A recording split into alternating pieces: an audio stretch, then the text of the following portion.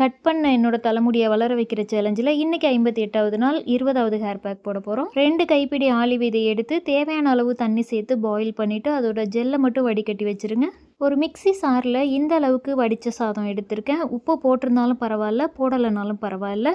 இது கூட ஆற வச்சிருக்க ஆலிவ் விதை ஜெல்லையும் சேர்த்துட்டு இந்த அளவுக்கு திக்கான தேங்காய் பால் எடுத்திருக்கேன். அதையும் இது கூட சேர்த்துட்டு கூடவே ஒரு 3 ஸ்பூன் அளவுக்கு தேங்காய் எண்ணெய் சேர்த்துட்டு இதை நல்லா நைஸாக அரைச்சிட்டு ஒரு பவுலுக்கு மாற்றிடுங்க.